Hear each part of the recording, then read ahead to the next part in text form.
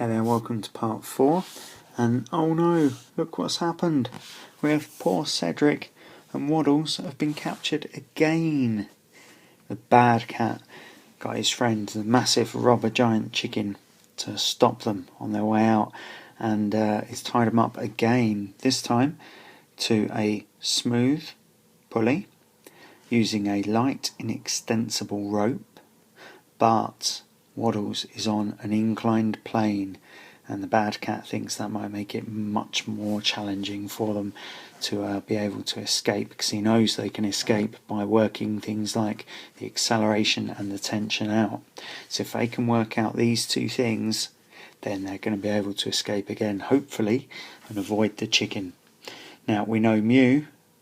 I've done this in words here instead of using the U and the sliding down sign thing, because frankly it takes ages to draw. So the coefficient of friction is 0.1. Okay, that mu 0.1 between Waddles and the plane.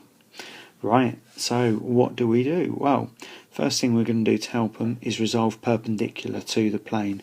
Resolving perpendicular. Because they're moving, we know that friction is mu times r. So if we can find r, then that's going to help us.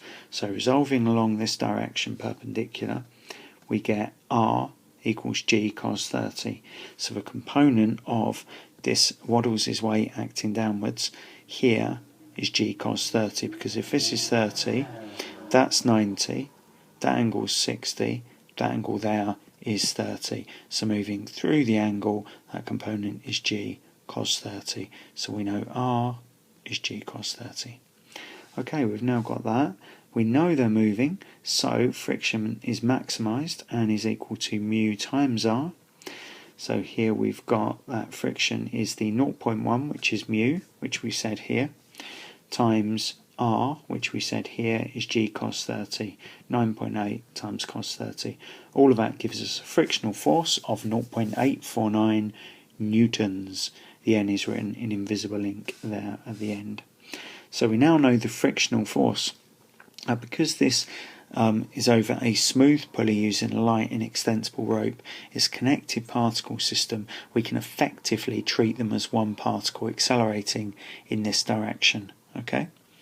So if we use F equals ma for the whole system in that direction, then we have the resultant force, which is 2g, pulling the system down, good old Cedric's weight, look at that little belly, minus friction, which is opposing the motion, minus g sine 30, which is the component of Waddles' weight acting down the plane. So 2g minus friction minus g sine 30, all of that equals the mass of the whole system multiplied by the system's acceleration. We can now simply put in 2g is 2 times 9.8, friction is 0.849, we found that there, and g sine 30, 9.8 sine 30. So all of that still equal to 3a, and we then work it out and get 4.62 meters per second. That's fast, so that's good. That then means that they're accelerating quite fast, and that should help them escape. I think, if they haven't told me this, it's a secret, but I think the plan is if they can go fast enough, their Waddles can hop over here and use this momentum to carry on flying through the air up and over the giant rubber chicken which is waiting for them there. Okay, so here we are. If we use F equals ma for Cedric, we've found the acceleration, we've now got to find the tension in the rope. So F equals ma for Cedric, so for Cedric we have 2g acting down and tension opposing that motion. So we have 2g acting down minus tension, and that equals 2a.